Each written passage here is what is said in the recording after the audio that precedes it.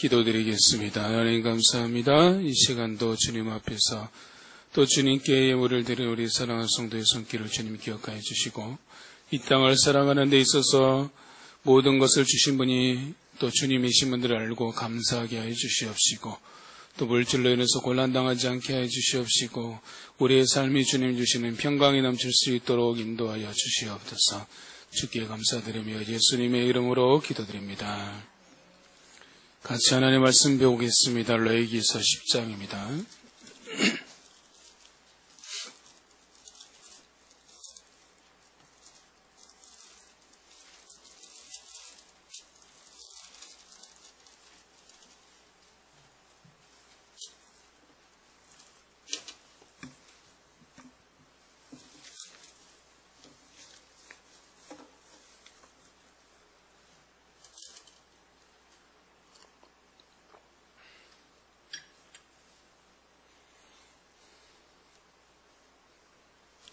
레위기서 10장 1절에서 7절까지 찾으셨으면 우리 한 절씩 교독하도록 하겠습니다. 제가 먼저 읽겠습니다. 아론의 아들 나답과 아비후가 각기 향로를 가져다가 여호와께서 명령하지 아니하신 다른 불을 담아 여호와 앞에 분향하였더니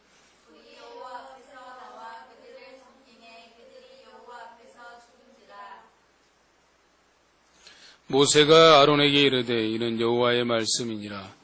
이르시기를 나는 나를 가까이 하는 자 중에서 내 거룩함을 나타내겠고 온 백성 앞에서 내 영광을 나타내리라 하셨느니라. 아론이 잠잠하니 모세가 아론의 사촌 삼촌 우시엘의 아들 미사엘과 엘샤반을 불러 그들에게 이르되 나와 너희 형제들의 성소 앞에서 진영 밖으로 내고 나가라 하매 그들이 나와 모세가 말한 대로 그들을 옷 입은 채로 진영 밖으로 메어내니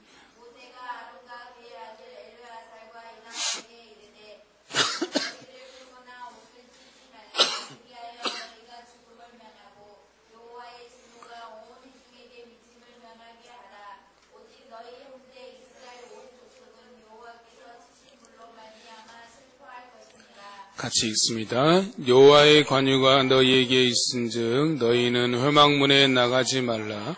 그리하면 죽음을 면하리라. 그들이 모세의 말대로 하니라. 아멘.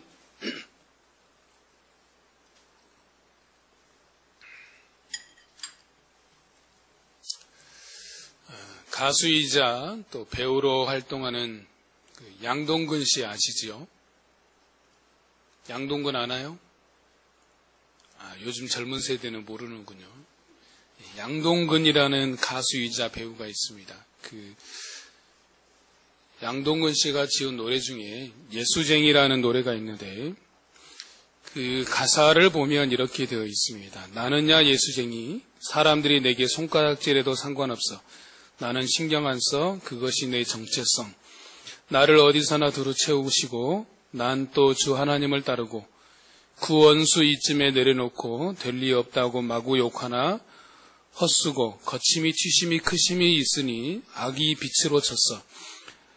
How you like it, God? 하나님이 세상을 이처럼 사랑하사 독생자를 주셨으니 누구든지 주를 믿으면 멸망하지 않고 영생을 얻으니 모두 구원받으리 영생을 얻으리라는 이제 가사로 구성되어 있는 게 이제 예수쟁이라는 노래입니다. 나중에 이제 찾아서 한번 들어보시기 바랍니다. 원래 이제 그 예수쟁이라는 말은 예수님을 믿는 사람들을 비웃는 말이었습니다. 그래서 예수에 미친 사람들이다라는 뜻이 이제 예수쟁이라는 말인데, 그래서 예수님을 믿지 않는 사람들이 예수님을 비웃어서 하는 말이 이제 예수쟁이라는 말에서 이제 유래가 된 것인데, 근데 사실 우리가 예수님을 제대로 믿는다라면 이런 예수쟁이라는 말을 듣는 것이 어떻게 보면 당연하다라고 볼 수 있습니다. 그런데 요즘 이제 사람들이 예수를 믿는 사람들을 욕하는 경우를 보면 몇 가지 예가 있는데, 첫 번째는 이제 요즘 나타나는 양상들을 보면 일부 구구파 교회들이 정치와 밀접하게 연관되어 있어서 활동함으로 인해서 이제 교회가 욕을 먹는 경우가 있고, 또 하나는 세상 사람들과 다를 바 없이 욕심 부리며 사는 모습을 보일 때, 또 하나는 이제 교회를 다니는 종교인, 교회는 다니지만 예수님을 믿지 않는 종교 활동을 하는 종교인인 경우, 또 말만 예수님을 믿는다라고 하는 무늬만 예수 그리스도인인 경우가 바로 이제 사람들이 욕하는 대부분의 경우다라고 볼 수 있습니다. 물론 사람들이 예수님을 잘 몰라서 또 교회를 잘 몰라서 욕을 하는 경우도 있긴 합니다. 그런데 그 내용을 잘 분석해서 보면, 따지고 보면 사람들이 예수님을 싫어하는 것은 없습니다. 예수님을 싫다라고 말하는 사람은 없어요.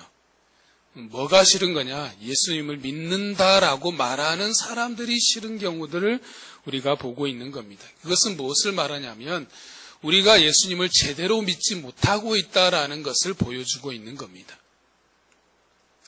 지금은 고인이 되신 이제 한경직 목사님이 은퇴하신 이후에 이제 산중에 휴양하고 계실 때 후배 목회자들이 이제 한경직 목사님을 찾아가서 이제 우리에게 좀 덕담을 해달라고 부탁을 했습니다. 그때 이제 한경직 목사님 후배 목사님들을 향해서 딱 한마디였습니다. 목사님들, 예수님 잘 믿으십시오라고 한마디 했습니다. 잘 믿으란 말이 무슨 말이겠습니까? 제대로 믿으라라는 것이죠. 그래서 우리는 한번 생각해 봐야 됩니다. 나는 예수님을 제대로 잘 믿고 있는가라는 것들을 우리가 생각해 봐야 된다라는 거죠. 우리 대부분의 모든 문제는 예수님을 제대로 믿지 못하는 데에서 발생한다라고 말하고 있습니다. 누가 한 말인지는 기억이 나지 않는데 제 머릿속에 남아있는 말 중에 하나가 뭐냐면, 우리가 예수님을 제대로 믿기만 하면 우리가 겪고 있는 인생의 거의 90%의 모든 문제는 다 해결될 것이다 라는 것들을, 그런 말을 들은 적이 있습니다. 그 말은 뭐냐면, 뒤집어 말하면 우리가 겪는 많은 문제들의 대부분은 우리가 예수님을 제대로 믿지 못하는 경우에서 발생하는 것들이 많다라는 것을 말하고 있는 것이죠. 이번 주에 우리가 살펴볼 말씀은 이제 레위기 9장에서는 제사장으로 위임받은 아론이 이제 하나님께 첫 제사를 드리는 장면입니다. 그리고 레위기 10장은 아론의 아들인 나답과 아비후가 여호와께서 명령하지 아니한 다른 불을 하나님께 분향하였다가 그 자리에서 죽임을 당한 장면을 기록하고 있습니다. 그리고 레위기 11장은 정결 짐승과 부정결 짐승에 관한 내용을 기록하고 있습니다. 이것이 이제 우리가 함께 읽을 본문의 말씀들입니다. 그 중에서도 오늘 우리가 살펴볼 말씀은 레위기 10장에 나와 있는 아론의 아들 나답과 아비후 사건입니다. 10장 1절과 2절에 보면 뭐라고 되어 있습니까?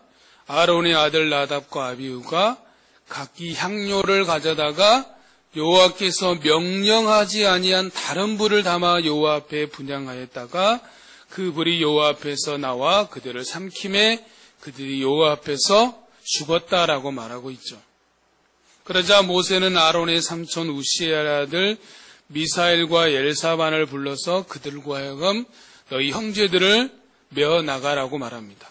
그리고 모세는 아론과 나머지 아들 엘르아살과 이다말에게 머리를 풀거나 옷을 찢지 말라. 오직 너희 형제 온 이스라엘의 온 족속은 여호와께서 치신 불로 말미암아 슬퍼할 것이다 라고 말하죠. 그러자 그들이 모세의 말대로 행하였다라는 것이 오늘 본문의 말씀입니다. 오늘 우리가 주목하고자 하는 것은 나답과 아비후의 행동입니다. 나답과 아비후가 다른 불을 드린 이 행동을 통하여서 우리가 세 가지 포인트를 가지고 우리가 생각해보고 적용을 해보고자 하는데, 첫 번째 포인트는 뭐냐? 왜 나답과 아비후는 여호와께서 명령하지 아니한 다른 불을 하나님께 드렸는가라는 거죠. 왜 그랬을까라는 겁니다. 1절에서 말씀하고 있는 다른이라는 말은 히브리어로 주르라는 겁니다. 그 뜻은 모르는, 불법적인, 이상한, 의미를 가지고 있습니다. 새 번역 성경으로 보면 주님께서 명하신 것과는 다른 금지된 불이라고 되어 있습니다. 영어 성경으로 보면 공인되지 않는, 인정되지 않는 불이라고 되어 있어요. 그러니까 다른 불이라는 것은 하나님께서 보시기에 합당하지 않은 불, 하나님께서 명령하지 않은 다른 불이었다라는 거죠. 하나님께서 명령하지 않았고 하나님께서 말씀하지 않은 이상한 불, 불법적인 불, 공인되지 않는 불, 인정되지 않는 불이다라는 거죠. 하나님께서 아론과 그의 아들에게 분명하게 어떤 것을 향로에 담아서 분향하라고 명령하셨어요. 그것을 보여주는 게 출애굽기 30장 34절에 보면 뭐라고 되어 있냐면 여호와께서 모세에게 이르시되 너는 소합향과 나감향과 풍자향의 향품을 가져다가 그 향품을 유향에 섞되 각기 같은 분량을 하고 그것으로 향을 만들라라고 되어 있어요. 그 소합향, 나감향, 풍자향 거기다가 유향을 섞어서 하나님께 드릴 분향을 만들기에 향을 만들도록 되어 있다라는 거죠. 그러면서 출애굽기 30장 9절에서 뭐라고 했냐면 결코 다른 불을 분향하지 말라라고 경고하셨습니다. 그러니까 나답과 아비후는 여호와의 명령을 어긴 것이죠. 하나님의 말씀에 불순종한 겁니다. 여호와 하나님의 권위를 존중해야 되는 그들이 앞장서서 하나님의 권위를 무시해버린 겁니다. 그렇다면 왜 그랬을까라는 질문들을 다시 던져볼 수 있죠. 그들은 분명히 하나님께서 명령하신 불이 무엇인지 알고 있었습니다. 모른 것이 아닙니다. 제사장의 아들들이었기 때문에 하나님께 드려야 될 불이 무엇인지 분명히 인지하고 있었음에도 불구하고 그들이 여호와께서 명령하지 아니한 다른 불을 드린 이유가 무엇일까라는 거죠. 성경에서는 명확하게 그들이 드린 다른 불이 뭐라고는 정확하게 제시하고 있지는 않지만 그러나 알 수 있는 사실은 뭐냐면 여호와께서 명령하신 불보다 다른 불, 그 다른 불이 그들의 눈에 들어왔다. 그들의 눈에 보기에 좋아 보였다라는 것은 알 수 있습니다. 하나님께서 명하신 불이 있고 다른 불이 있는데 이 다른 불이 그들의 눈에 보기에 더 좋았다라는 거죠. 그들의 눈에 보기에, 그들의 생각에는 이 불이 하나님께 드려지기에 더 좋은 것이다라고 생각했다라는 것을 알 수 있다라는 거죠. 즉 자기들 보기에 좋아 보이는 불, 자기들에게 유익함을 줄 거라고 생각하는 불을 드렸다라고 볼 수 있습니다. 우리가 저번에 보았던 것처럼 모세가 시내산에서 40일 동안 더디 내려오자 이스라엘 백성들이 아론을 찾아가서 요구한 것이 무엇이었습니까? 우리를 위하여 우리를 인도할 신을 만들어 달라라고 말하고 있죠. 철저하게 자기들을 위한 신을 만들어 달라라는 것입니다. 바로 이와 같은 맥락에 있다라고 볼 수 있는 겁니다. 하나님께서 십계명을 주시면서 제2계명에서 무엇을 만들지 말라고 했습니까? 우상을 만들지 말라고 했는데 그 우상은 어떤 우상입니까? 너희를 위한 우상을 만들지 말라라고 말씀하고 있는 거죠. 즉 자신들을 위한, 자신들의 유익을 채워줄 자기만의 신을 만들지 말라라는 것입니다. 여러분 베레스 우사 사건을 아실 것입니다. 전에도 한번 말씀드렸던 것처럼 엘리 제사장 시절에 이스라엘은 블레셋과의 전쟁에서 패하게 됩니다. 그러자 그들이 생각해낸 방법이 실로에 있던 여호와의 언약궤를 전쟁터에 들고 나온 거죠. 그런데 결과는 전쟁에서도 지고 여호와의 언약궤도 빼앗기게 됩니다. 그런데 하나님께서 행하신 역사로 말미암아 다시 여호와의 언약궤가 블레셋 땅에서 이스라엘 땅으로 돌아오게 됩니다. 그래서 처음에는 베세메스 사람들에게 있었다가 다시 기랏 여아림 사람의 땅으로 넘어오게 되고 아비나답의 집에 머물게 되게 됩니다. 그러다가 어느 때 이제 다윗이 왕이 되온 그때 다윗이 이제 여호와의 언약궤를 다시 예루살렘으로 모셔와야 되겠다, 가지고 와야 되겠다라는 결심을 하게 됩니다. 그래서 메워와야 되겠다라고 생각을 하고 이제 다윗과 함께 사람들이 출발하게 되죠. 그런데 분명히 처음 계획은 여호와의 언약궤를 메워와야 되겠다라고 계획을 세우고 나왔는데, 그런데 아비나답의 집에서 나올 때는 새 수레 싣고 나온 겁니다. 그 새 수레를 싣고 나올 때 그 수레를 호위하는 사람이 우사와 아요였죠. 그런데 나곤의 타작마당에 이르자 갑자기 소가 뛰놀자 궤가 흔들리게 됩니다. 그때 우사가 궤를 넘어지려고 하자 궤를 붙들게 되었고 그 자리에서 죽임을 당하게 되었습니다. 그래서 하나님께서 우사를 치셨다라고 해서 베레스 우사라고 불리는 겁니다. 여기서 하나님께서 치신 이유가 뭐냐라는 것은 붙들었다라는 것의 의미가 있습니다. 여기서 붙들었다라는 것은 히브리어로 아하즈라는 단어인데 소유하다, 붙들다라는 의미를 담고 있습니다. 즉 단순히 이것이 넘어지려고 하니까 넘어지지 않도록 내가 붙드는 행위라는 뜻이 아니라 붙들었다는 것은 이것은 내 것이다라는 자신의 소유임을 주장하는 행동이었다라는 거죠. 그래서 그것을 하나님께서 치신 것이다라는 겁니다. 궤를 이동하는 방법은 하나님께서 궤를 매도록 하나님께서 직접 디자인하신 겁니다. 그런데 나올 때 새 수레에 싣고 나왔다는 것은 다윗이 그들의 주장에 밀렸다라는 것을 말하는 것이죠. 다윗은 분명히 가서 궤를 메우려고 했을 겁니다. 그런데 우사나 아효나 그 아비나답에 있는 모든 사람들이 그렇게 주장했을 겁니다. 아닙니다. 이것은 매는 것이 아니라 새 수레에 싣고 나가는 것이 맞습니다라고 주장을 했을 것이고 그들의 주장, 그들의 생각이 이겼을 것입니다. 그러니까 새 수레에 싣고 나왔겠죠. 바로 그러한 생각을 하나님께서 치신 것이다라고 볼 수 있습니다. 또 하나 알 수 있는 사실은 야곱이 하란에서 고향으로 돌아올 때입니다. 야곱이 하란에서 고향으로 돌아오는데 자기 형 에서가 400명을 이끌고 마중 나온다라는 소식을 들었습니다. 그러자 두려워서 야곱은 자기의 모든 소유, 가족들과 자녀들을 두 떼로 나누게 됩니다. 두 떼로 나눈 이유는 그거죠. 한 떼를 치면 한 떼는 모면하길 것이다라고 자기의 생각으로 그렇게 계획을 짠 겁니다. 그리고 모든 가족들과 가축들을 다 야복강을 건너게 하고 자기만 홀로 야복강에 남아있게 됩니다. 그 밤에 하나님의 사자가 야곱을 찾아와서 밤새 씨름하게 되죠. 그리고 그 싸움에서 사자가 야곱의 허벅지 관절을 치게 됩니다. 그 일로 인해서 야곱은 평생토록 다리를 절게 됩니다. 이 야복강 사건은 무엇을 말하냐면 하나님께서 야곱의 생각, 야곱의 방법, 야곱의 관점을 깨트리신 겁니다. 자기의 생각대로, 자기의 방법대로, 자기의 계획대로 모든 것을 하려고 하는 그 야곱의 모든 것을 깨트려 버린 것이죠. 그 증거가 바로 허벅지 관절을 치신 겁니다.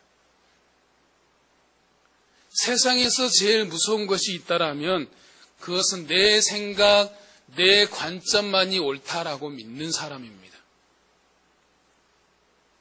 그 사람이 제일 무서운 사람입니다. 내 생각이 무조건 옳다, 내 관점이 무조건 옳다라는 사람이 세상에서 제일 무서운 사람입니다. 그래서 책을 안 읽는 사람이 무서운 사람이 아니라 그렇게 말하죠. 약간 다른 이야기인데 책을 딱 한 권만 읽은 사람이 세상에서 제일 무서운 사람이라고 이야기합니다.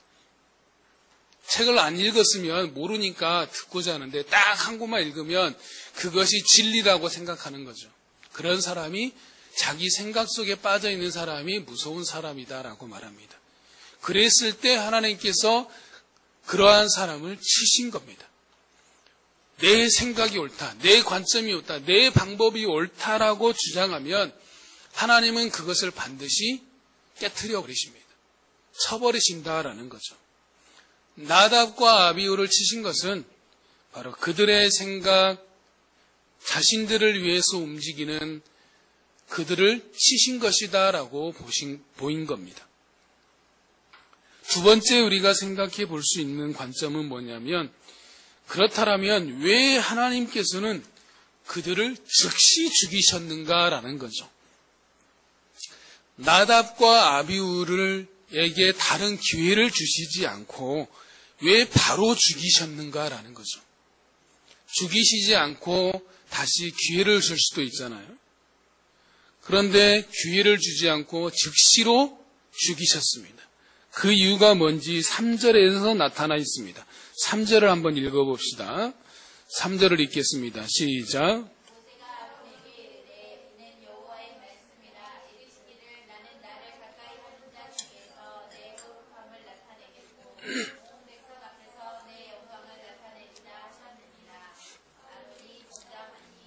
뭐라고 말하고 있습니까? 나를 가까이 하는 자 중에서 내 거룩함을 나타내겠고 온 백성 앞에서 내 영광을 나타내리라 라고 했습니다. 이 말은 뭐겠습니까? 그들의 나답과 아비후의 행동이 하나님의 거룩함을 나타내지 아니하였고 하나님의 영광을 가리웠다라는 것을 보여주고 있는 것이죠. 여기서 3절에서 말하고 있는 나를 가까이 한다라는 것은 원어의 의미로 보면 어떤 의미가 있냐면 나를 사랑하는 자들이라는 뜻도 있습니다. 즉 하나님을 사랑하는 자는 하나님의 거룩하심을 나타내야 된다라는 겁니다. 하나님을 사랑한다라고 말하는 사람, 하나님을 가까이 하는 모든 사람은 하나님의 거룩하심을 나타내야 되고 그것이 곧 무엇으로 연관되냐면 하나님이 영광 받으시는 것으로 하나님이 영광 받으시는 것으로 이어진다라고 말씀하는 겁니다. 자, 그렇다면 왜 하나님께서는 그분을 가까이 하는 자, 그분을 사랑하는 자에게 거룩함을 요구하시는가라는 거죠. 왜 하나님은 하나님을 가까이 하는 자, 하나님을 사랑한다라고 말하는 자들에게 거룩함을 요구하시는가? 크게 세 가지 이유를 들어서 우리가 생각해 볼 수 있습니다. 첫 번째는 하나님의 성품이 거룩하시기 때문입니다. 하나님 그분이 거룩하기 때문이죠. 하나님이 거룩하신 분이시기 때문에 거룩을 요구하는 겁니다. 이사야서 6장에 보면 우시야 왕이 죽던 해에 이사야 선지자가 거룩하신 하나님을 배웠던 장면을 기록하고 있는데 뭐라고 되어 있냐면 주께서 높이 들린 보좌에 앉으셨는데 그의 옷자락은 성전에 가득하였고 스랍들이 모시고 섰는데 각기 6날개가 있어 그 둘로는 자기 얼굴을 가리웠고 그 둘로는 자기의 발을 가리웠고 그 둘로는 날며 서로 불러 이르되 거룩하다 거룩하다 거룩하다 만군의 여호와여 그의 영광이 온 땅에 충만하도다 하더라 라고 되어 있습니다. 스랍들이 뭐라고 하나님을 찬양하고 있습니까? 스랍들이라는 것은 천사들을 말하는 거죠. 거룩하다 거룩하도다 거룩하도다. 그 말은 뭡니까? 하나님의 거룩하시다라는 것을 높여 찬양하고 있다라는 것을 말씀하고 있는 겁니다. 그러면 하나님이 거룩하시다라는 것은 무슨 뜻인가라는 것을 다음 말씀을 통해서 한번 봐봅시다. 같이 읽습니다. 시작.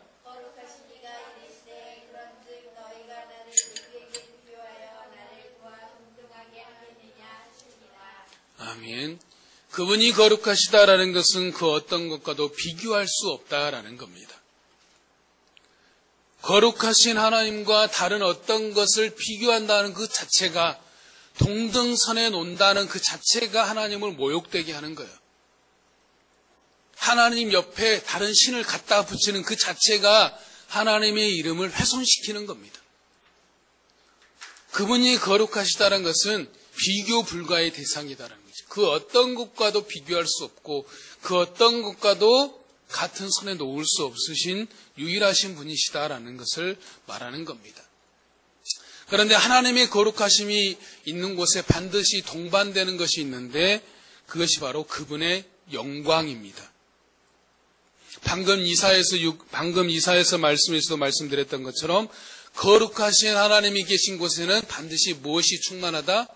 하나님의 영광이 충만하게 되어 있습니다. 다른 말로 말하면 그분의 거룩하심이 드러나면 그분이 높이 영광을 받으시는 것이고 그분이 거룩함이 나타나지 않으면 그분의 영광을 받지 못하시는 것이 되는 겁니다.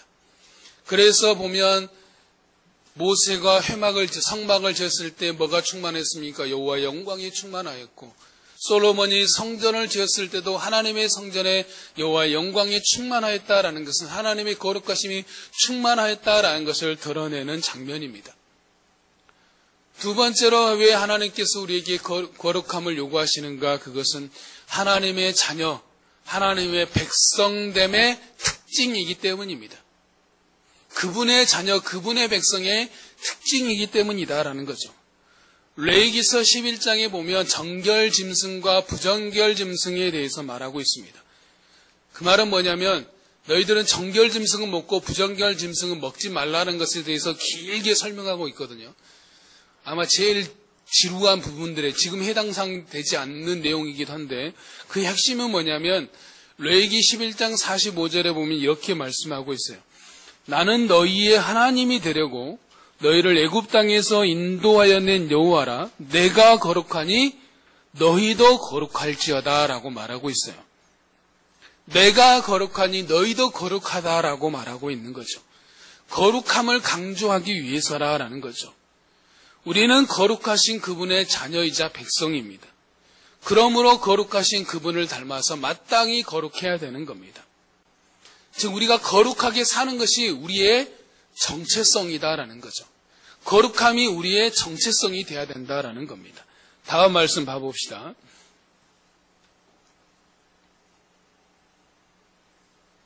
같이 읽습니다.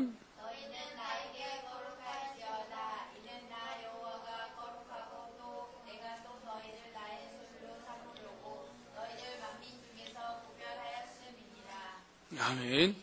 하나님의 소유로 삼으려고 구별하셨다라고 말하고 있고, 구별하였다는 말이 거룩하다라는 겁니다. 데살로니가 전서 4장 7절에서는 뭐라고 했냐면 하나님이 우리를 부르심은 부정하게 하심이 아니요 거룩하게 하심이다라고 말하고 있어요. 하나님이 우리를 부르신 것 자체가 우리를 이미 거룩하게 하시기 위해서 불렀다라는 거죠. 즉 이미 우리는 처음부터 구별된 백성으로 거룩한 백성으로 부름을 받은 자라라는 겁니다. 그렇기 때문에 우리에게 거룩함이 요구된다라는 거죠. 그러면 좀 더 구체적으로 거룩함이 뭡니까? 우리가 거룩함이 우리의 정체성이다라고 말하고 있는데 그러면 거룩하다는 것, 거룩함이 무엇인가? 말 그 자체로의 의미는 뭐냐면 따로 떼어놓았다, 구별되었다, 성별되었다, 그분께 이관되었다라는 의미를 가지고 있는데 몇 사람의 말을 인용하면 제임스 패커는 이렇게 말했습니다. 하나님께서 정하신 도덕법을 가치 기준으로 삼고 성육신하신 예수 그리스도를 삶의 본보기로 삼는 것이다. 헌신과 동화이다라고 했습니다.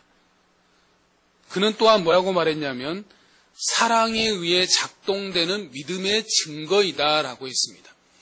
즉 하나님을 사랑하는 믿음에 따라서 움직인 결과가 뭐냐? 거룩함이다라고 말하는 것이죠.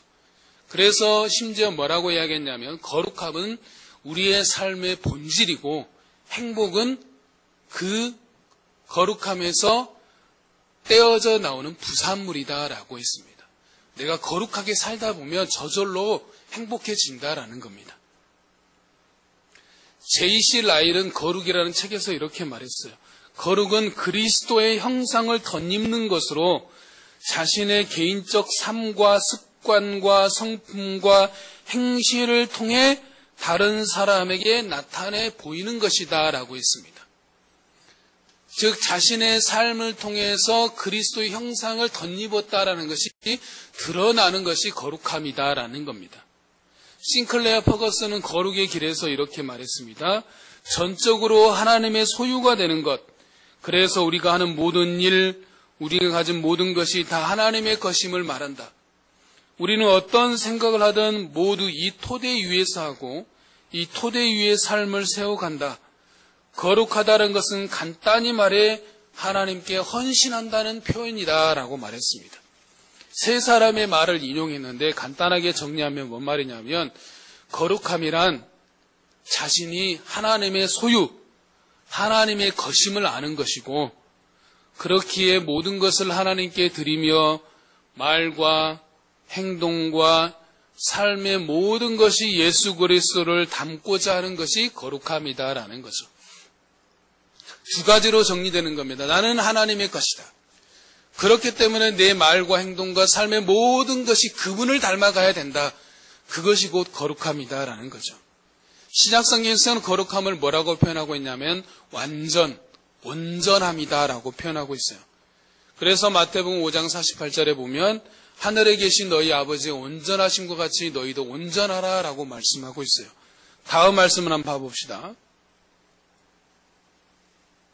같이 읽어봅시다. 우리가 그를 전파하여 각 사람을 권하고 모든 지혜로운 사람을 가르치며 각 사람을 그리스도 안에서 완전한 자로 세우려 하느니. 아멘.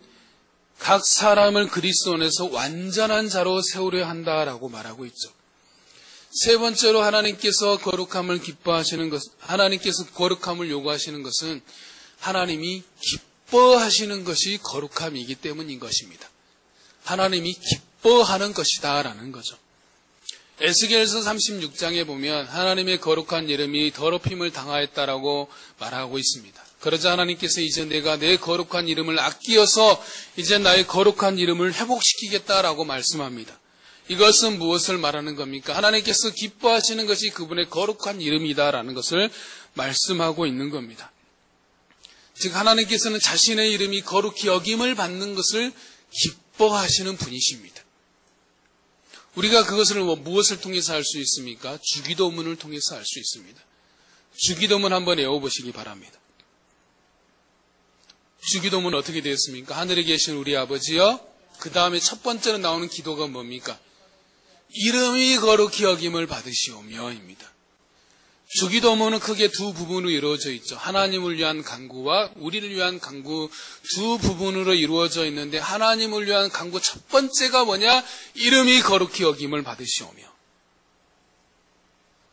하나님께서는 자신의 이름이 거룩히 여김을 받으시는 것을 기뻐하신다라는 것을 보여주고 있는 겁니다. 이사야 43장에서는 하나님께서 사람을 창조하신 이유에 대해서 말씀하고 있는데 이사야 43장 21절에 보면 이 백성은 내가 나를 위하여 지었나니 나를 찬송하게 하려 함이다 라고 말하고 있습니다.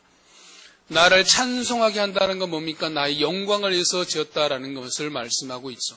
아까 하나님의 영광이 뭐와 연관되어 있다고 했습니까? 하나님의 거룩하심과 연관되어 있다라고 했죠. 하나님이 영광을 위한다는 것은 그분의 이름을 거룩히 여긴다라는 것이죠. 그것이 곧 그분이 기뻐하시는 것이다라는 것을 말씀하고 있는 것입니다. 로마서 12장 1절에서는 뭐라고 말하고 있습니다. 그러므로 사랑하는 형제들, 내가 하나님의 모든 자비하심으로 너희를 권하노니 너희 몸을 하나님이 기뻐하시는 거룩한 산 예물로 드리라. 이것이 너희가 드릴 영적 예배니라 라고 말씀하고 있죠. 너희 몸을 하나님이 기뻐하시는 거룩한 산 예물. 하나님께서 기뻐하시는 것이 무엇인가? 우리의 삶이 거룩한 예물이 되는 것을 기뻐하신다라는 것을 말씀하고 있죠. 예물이라는 것은 우리가 저번에 봤던 것처럼 히브리어로 고르반이라고 말합니다. 하나님께 드려진다는 것. 하나님께 드려지는 예물의 조건이 뭡니까? 흠이 없어야 되고 그분이 기쁘시게 받으실 만한 것이 돼야 된다라는 거죠. 하나님이 기쁘시게 받는 예물이 뭐냐? 거룩함이다라는 것을 알 수 있는 겁니다. 마지막 세 번째로 우리의 삶에 적용할 점들을 보면 우리가 처음에 다시 우리 처음으로 돌아가서 나답과 아비후가 왜 그런 행동을 했는가로 우리가 돌아가 봐야 됩니다. 왜 그런 행동들을 했다라고 했습니까? 왜 그들이 다른 불을 되었습니까? 그들 보기에 좋아 보이고 그들에게 유익하다라고 생각했기 때문이다라고 했습니다. 그들의 생각, 그들의 관점, 그들의 눈대로 생각한 거죠. 나답과 아비후 사건을 통해서 우리의 삶에 적용할 것은 뭐냐면 우리의 생각, 우리의 사고를 새롭게 해야 된다라는 겁니다.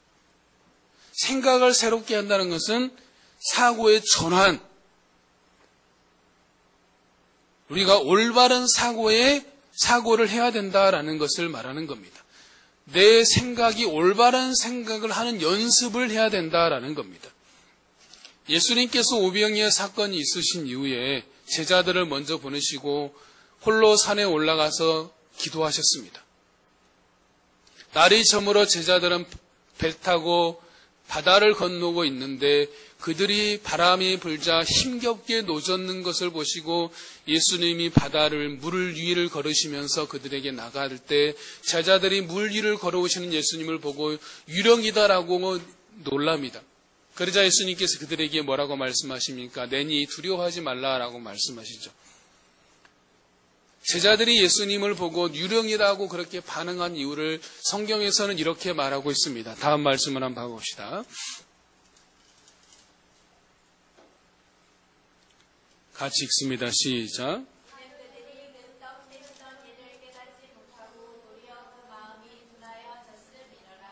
아멘. 뭐라고 했냐면 오병이의 사건의 일들을 깨닫지 못하고 마음이 둔하여졌다. 방금 전에 보리떡 5개와 물고기 2마리로 5,000명을 먹이고도 12광주리가 남는 놀라운 일들을 봤어요. 여러분 같으면 그게 믿어지겠습니까? 오병이어밖에 없었는데 그 오병이어라는 건 한 소년이 먹을 수 있는 그런 간식에 불과한 건데 그것이 장정 5,000명을 먹고도 12바구니가 남았어요. 장정만 5,000명이에요. 그러면 어린 아이들과 여자들까지 하면은 아무리 못 잡아도 15,000명, 20,000명 가까이는 된다라는 거죠. 그 많은 수가 먹고도 12바구니가 남는 놀라운 일들을 방금 보았는데 그 일들을 행하신 예수님을 누군지를 깨닫지 못하고 마음이 둔해져 버린 거죠. 그렇기 때문에 예수님이 물 위를 걸어오시는 것을 보고 유령이다라고 말하는 겁니다. 그들의 생각이 깨어지지 못하고 변화되지 못한 것들을 보여주는 거죠. 그래서 마음이 둔해졌다라고 말하는 겁니다. 그러면 우리의 생각이 새로워지기 위해서는 무엇을 해야 되는가? 다음 말씀 봅시다. 이번 주 우리가 암송해야 될 말씀입니다. 같이 읽습니다. 시작. 하나님 많은 것을 대적하여 높아진 것을 다 무너뜨리고 모든 생각을 사로잡아 그리스도에게 복종하게 하니. 아멘. 이번 주에 이 말씀을 꼭 암송하시기 바랍니다. 고린도후서 10장 5절 말씀. 하나님을 아는 것을 대적하여 높아진 것을 다 무너뜨리고 모든 생각을 사로잡아 누구에게 복종하고 그리스도에게 복종하게 하니. 모든 생각을 사로잡아 그리스도에게 복종시키라라고 말씀하고 있습니다. 우리의 모든 생각을 사로잡아서 그리스도 예수께 복종시켜야 합니다. 이 말은 뭐냐면 우리가 하는 모든 생각을 그리스도 예수께로 가져와야 된다. 그분께 내려놓아야 된다라는 것을 말하는 겁니다. 로렌스 형제는 이것을 생각의 연습, 훈련이다라고 했습니다. 그는 자기 안에 잡다한 생각들, 산만한 생각들이 밀려오면 이런 훈련을 했다라고 말합니다.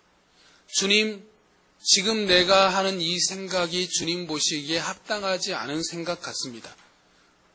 주님이 이 생각을 가져가십시오. 주님께 맡깁니다라고 고백했다라는 거죠. 주님, 이 생각이 주님 보시기에 합당하지 않습니다.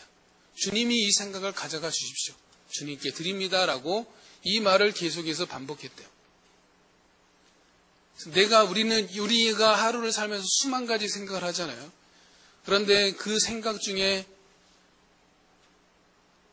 이상한 생각, 어떤 건전치 못한 생각들을 떠오르지 하나님이 기뻐하지 않으실 만한 생각들이 나타날 때가 있어요. 그때마다 로렌스 형제는 그렇게 했다는 거죠. 주님, 이 생각이 주님 보시기에 합당하지 않습니다. 주님이 가져가 주십시오. 주님께 드립니다. 라고 이 짧은 한마디의 구절을 계속해서 반복했다라는 거죠. 그래서 여러분들도 저 한번 계속해서 반복하는 겁니다. 수만 가지 생각이 들잖아요. 산만한 생각들, 합당하지 않은 생각이 들 때마다 주님, 이 생각은 주님 보시기에 합당하지 않습니다. 주님이 가져가 주십시오. 주님께 맡깁니다. 합당하지 않습니다. 가져가십시오. 맡깁니다. 핵심은 뭐냐면 반복함에 있습니다. 한 번 했다고 되는 게 아닙니다.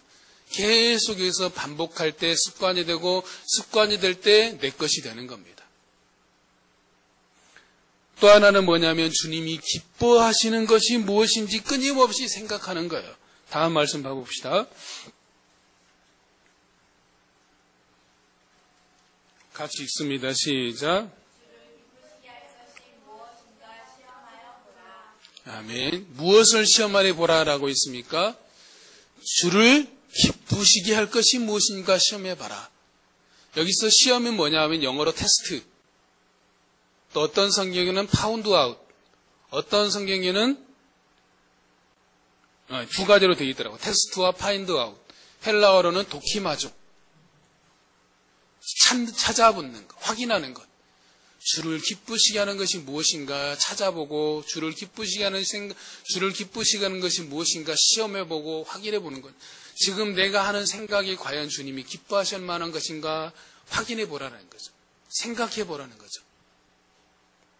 테스트해보라는 거죠. 내가 지금 하고 있는 생각이, 지금 내 안에 들어온 생각이 과연 주님을 기쁘시게 할 만한 것인가 따져보라는 것을 말하는 겁니다.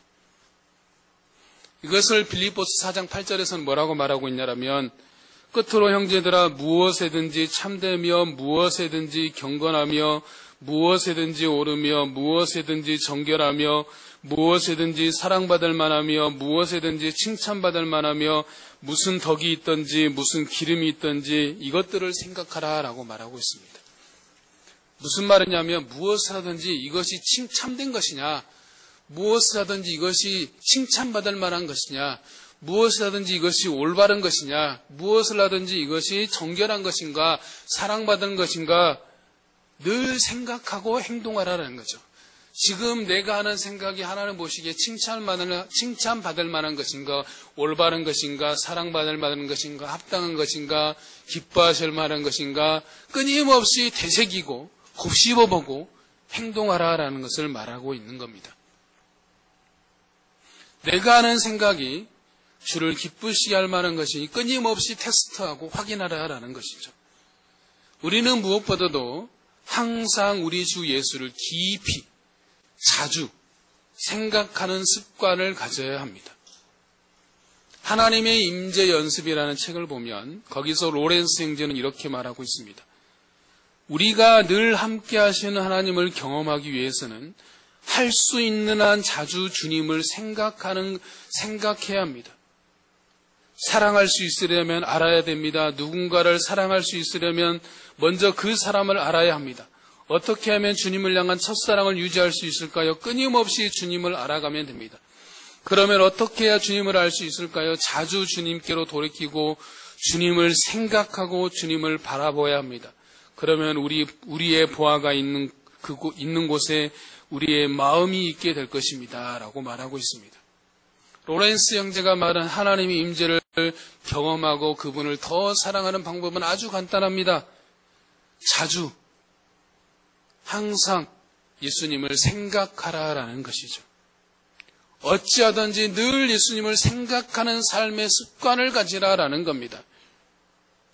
우리가 누군가를 사랑하면 내가 무엇을 하든지 그 사람이 무엇을 하고 그 사람이 무엇을 할지 늘 생각하는 것처럼, 그와 같은 것처럼 내가 무엇을 하든지 예수님을 생각하고 예수님을 바라보고 예수님을 기억하고 이러한 삶의 습관들을 가지라는 거죠. 이것이 안 했던 사람이 어느 날 갑자기 되겠습니까? 연습해야죠. 훈련해야죠. 그래서 최소한 6개월은 해야 습관이 된다라고 이야기합니다.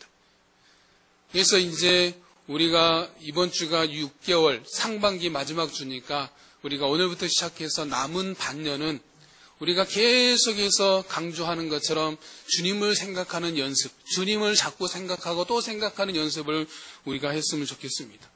그것을 실제적으로 했던 사람이 누구냐면 필리핀 만다나오에서 선교 사역을 했던 프랭크 루박 선교사였습니다. 그는 이렇게 말합니다. 1분의 1초씩이라도 그리스도를 마음에 모시려고 노력해 보십시오. 다른 일을 멈추거나 잊을 필요는 없습니다. 다만 그리스도를 초청하여 당신이 하고 있는 일과 말과 생각을 나누면 됩니다. 이것을 1분 게임이라고 명명을 했는데 1분의 1초씩 예수님을 생각하라라는 거죠. 일을 중단하면서 하는 게 아니라 자기가 계속 하는 일을 하는 가운데 중간중간에 계속해서 하는 건데 1분 1분마다 1초씩 하는 건 사실 쉽지는 않겠더라고요. 아무리 생각해봐도 매분마다 하는 것은 제가 적용해 보려고 하니까 매분마다 하는 거 지금 당장은 무리일 것 같아서 제 나름대로 생각한 방법은 뭐냐면 일단은 1시간 단위로 하자. 1시간에 1분의 1초였으니까 1시간에 1분. 1시간에 1분씩 예수님을 생각해 보자. 그래서 뭐 하던 일을 중단하는 것이 아니라 하면서, 일을 하면서, 공부를 하면서, 책을 보면서 계속해서 그냥 생각 속에, 마음 속에 예수님을 모시는 겁니다. 그래서 1시간이 어려우면 자기가 식사할 때마다 혹은 공부할 때마다 공부하는 중간에, 공부하는 후에, 또 일을 하기 시작 전, 일을 하고 마친 후에 이렇게 우리가 하면서 습관을 들이는 겁니다. 자기가 처음에 할 수 있는 삶의 습관들을 들여나가는 것이죠.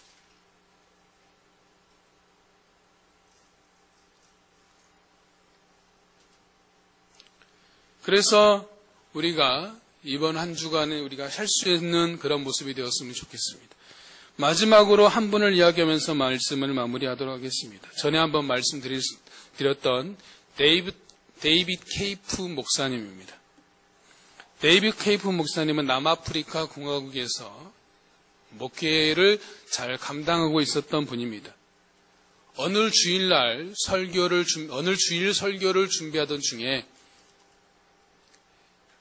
하나님의 음성을 말씀을 통해서 듣게 됩니다. 그것은 이제 세족식 설교 말씀을 준비하고 있었는데, 그때 이제 주님께서 자신에게 말씀하시는 것이 예수님이 제자들의 발을 씻기셨던 것처럼 너도 그와 똑같은 일을 하라라고 말씀하시는 것으로 받아들인 겁니다. 그래서 그 말씀에 순종하여서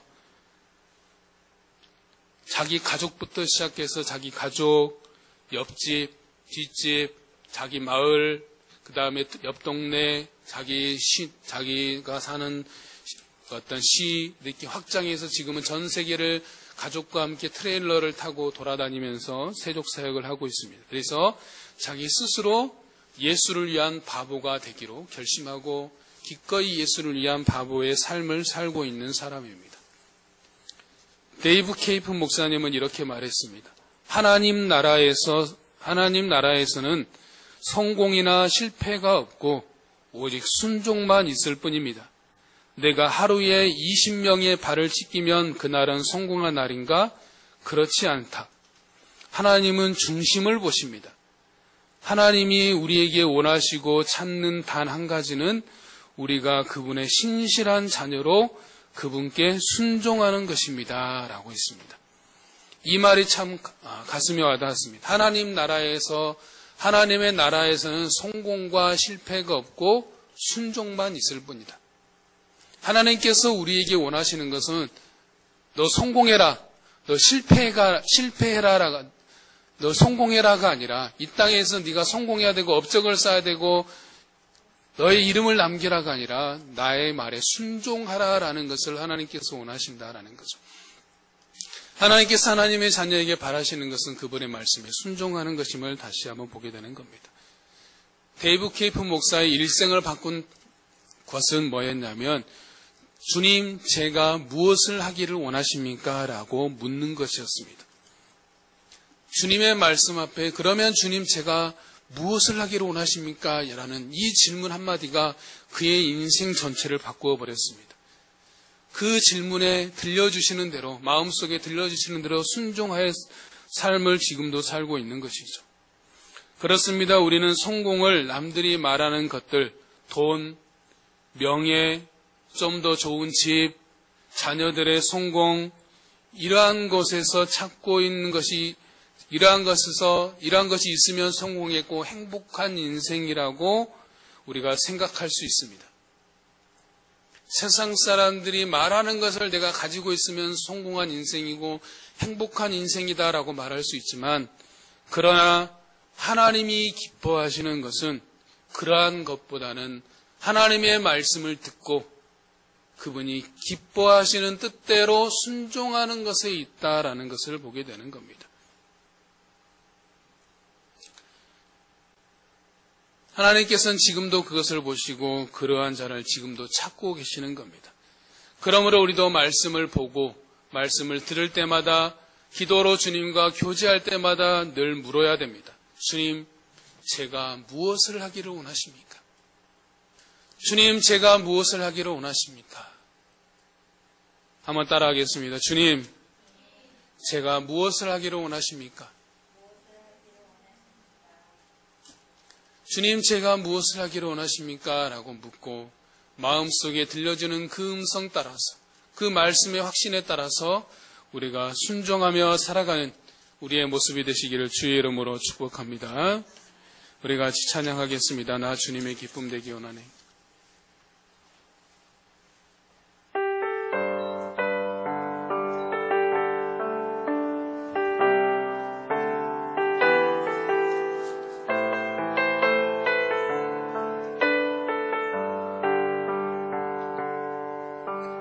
나 주님의 기쁨 되기 원하네. 내 마음을 새롭게 하소서. 새 부대가 되게 하여 주사. 주님의 빛 비추게 하소서. 내가 원하는 한 가지 주님의 기쁨이 내가 원하는 한 가지 주님의 기쁨이 되는 것 겸손히 내 마음 드립니다.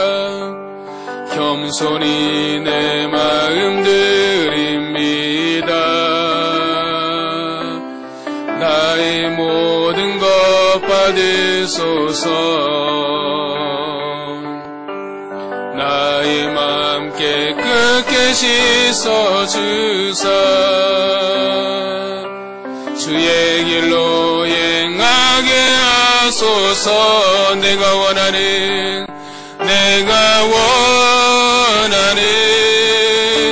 한 가지 주님의 기쁨이 되는 것.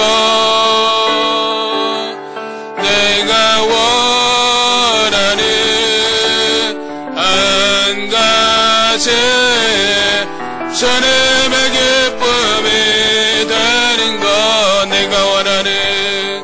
내가 원하는 한 가지 주님의 기쁨이 되는 것.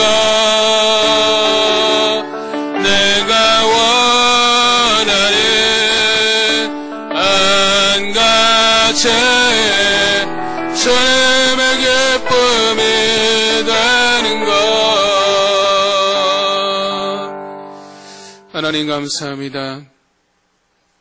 주님, 우리의 삶의 날마다 주님이 원하시고 주님이 기뻐하시고 주님이 말씀하시는 그 뜻대로 우리가 순종하며 살아갈 수 있도록 주님 인도하여 주시옵소서. 내 생각대로 내 방법대로 살아가는 것이 아니라 주님이 기뻐하시는 뜻에 따라서 오늘 또 살아갈 수 있도록 인도하여 주시옵시고, 또 하나님 아버지, 우리가 주님께 물을 때마다 주님께서 우리에게 주님의 기뻐하시는 뜻들을 말씀하여 주시옵시고, 그 말씀을 붙들고 늘 순종함으로 하나님의 마음을 시원케 하는, 하나님께 영광을 돌리는 삶을 살아갈 수 있는 우리의 삶이 될 수 있도록 인도하여 주시옵소서. 지금은 우리 주 예수 그리스도의 은혜와 하나님의 크신 사랑과 성령님의 감화 감동 교통하심이 날마다 주의 음성을 듣고 주님을 기쁘시게 하는 삶을 살기를 소망하는 사랑하는 모든 성도들 머리 위에 지금부터 영원까지 항상 함께 있을지어다.